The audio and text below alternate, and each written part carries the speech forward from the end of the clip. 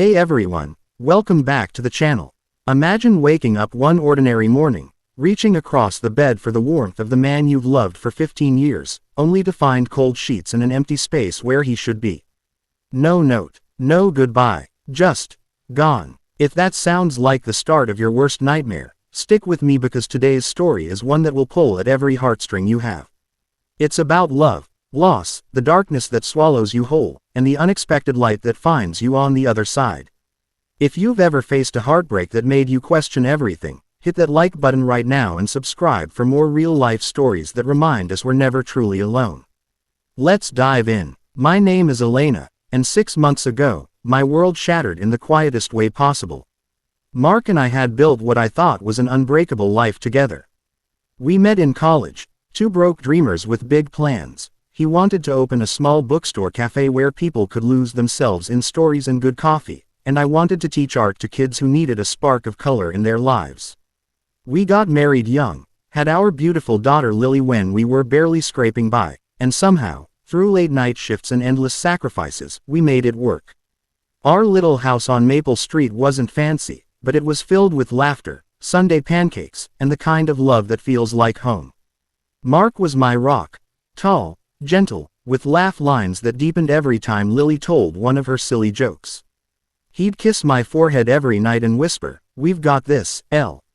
That last evening was so perfectly ordinary it still haunts me. We ate spaghetti at the kitchen table, Lily chattered about her school play, and Mark helped her practice her lines while I washed dishes. Later, he pulled me close on the couch, his hand resting on the small of my back the way it always did. "I love you more than yesterday," he said, our little ritual. I fell asleep feeling grateful, safe, complete. When I woke up the next morning, he was gone. At first, I thought he'd gone for an early run or to grab groceries. But his phone was on the nightstand, his wallet still in the drawer, his keys hanging by the door. His car sat in the driveway exactly where he'd parked it. Panic crept in slowly, then crashed over me like a wave. I called his friends, his parents, the bookstore he managed. No one had seen him. The police came, took a report, asked gentle questions about arguments or money troubles. There were none. We were happy. We were fine. Days blurred into weeks. Lily would stand at the window every afternoon waiting for Daddy's car, her small face pressed against the glass until I'd gently pull her away and hold her while she cried. "Where's Daddy?" she'd whisper, and I had no answer that didn't break my heart a little more. I barely slept. I'd lie in our bed clutching his pillow that still carried his scent, replaying every conversation, every moment, searching for a clue I might have missed. Was he sick and hiding it? Did someone take him? Was there another life I never knew about? The not knowing was a special kind of torture. Financially, things crumbled fast. Mark had been the main breadwinner while I worked part-time at the community center. Bills piled up. The mortgage loomed. Friends and family offered what they could, but pity started to replace hope in their eyes. I sold my grandmother's jewelry, picked up extra art classes in the evenings, and learned how to stretch a grocery budget until it screamed. Some nights I'd sit on the bathroom floor after Lily was asleep, sobbing so hard my chest hurt, wondering if I was failing her, failing us. The police investigation dragged on with dead ends. No security footage, no unusual bank activity, no signs of struggle. They suggested he might have left voluntarily. The thought crushed me. Had I not been enough? Had our life become too ordinary for him? I tortured myself with memories. Our first date at that terrible pizza place, the night Lily was born when Mark cried harder than I did, the way he'd dance with me in the kitchen to old songs. How could that man just vanish? 3 months in, I hit my lowest point. I was exhausted, grieving, and terrified of becoming a single mother forever trapped in limbo. One rainy evening, I found an old box of his things while cleaning, love letters from our early days, photos of us backpacking through mountains, a little notebook where he'd scribbled ideas for the cafe he always dreamed of opening. Reading his handwriting, so full of hope, broke something open inside me. Instead of falling apart completely, I made a decision. I couldn't control what happened to Mark, but I could control how I showed up for our daughter and for myself. I started small. I turned our garage into a little art studio and began teaching neighborhood kids after school. The extra money helped, but more than that, Watching those children light up with paint on their fingers reminded me of the joy I'd almost forgotten. Lily joined me, her tiny hands creating pictures of our family. "Daddy in heaven or somewhere," she'd say, and I'd swallow the lump in my throat and tell her Daddy loved her more than all the stars. I joined a support group for families of missing persons.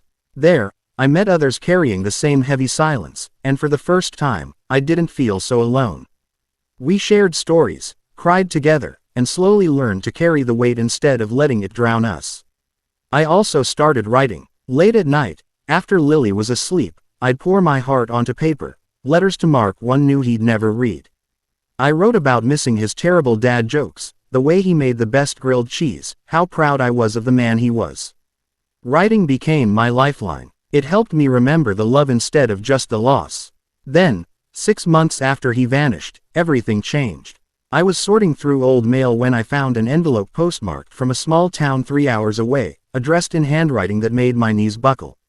It was Mark's. Inside was a letter, worn and creased like he'd carried it for weeks before mailing it. My hands shook as I read it. "Elena, my love, if you're reading this, then I'm already gone in the way that matters most. I never wanted to leave you. 3 years ago, during a routine checkup, they found something. A tumor. Aggressive. I chose not to tell you because I saw how hard you fought for Lily and for our dreams. I didn't want you spending our last days watching me fade. I wanted you to remember me strong. I sold some things quietly, set up a small account for you both, and when the pain got too bad, I made arrangements at a hospice in another town under a different name. I thought I could spare you the goodbye. But lying here now, I realize I was wrong. I was scared. Forgive me. You were the best part of my life. Tell Lily her daddy is so proud. Keep dancing in the kitchen. Open that cafe for me. I love you more than yesterday, and tomorrow. Always." There was more. Medical records, bank details, even a video on a thumb drive where he spoke to us, his face thinner but his eyes full of the same love. He had passed away 2 weeks before the letter arrived. He had chosen to face the end alone so we wouldn't have to watch him suffer. The truth hit like a storm. Grief, anger, relief, and a deep, aching love all crashed together. I was furious he hadn't let me hold his hand through it. Devastated that he'd carried that burden silently. But underneath it all was gratitude, for the years we had, for the man who loved us so fiercely he tried to protect us even in his final days. I played the video for Lily that evening. We cried together, held each other, and talked about Daddy. She drew him a picture with wings, flying over our house.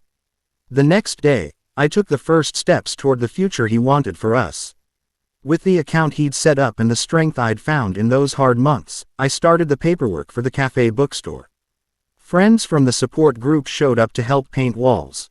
Neighbors donated books. Lily chose the bright yellow color for the children's reading nook. Today, the cafe is small but thriving. Kids come after school for art time with me. People linger over coffee and stories. And every evening, when the light hits just right through the windows, I feel him there, smiling at the life we built from the ashes of goodbye. If you're watching this and you're in the middle of your own impossible season, whether it's loss, betrayal, fear of the unknown, please know this: the pain doesn't disappear, but you grow around it. You find pieces of yourself you never knew existed.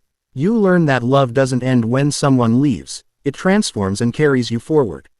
Mark taught me that even in his absence.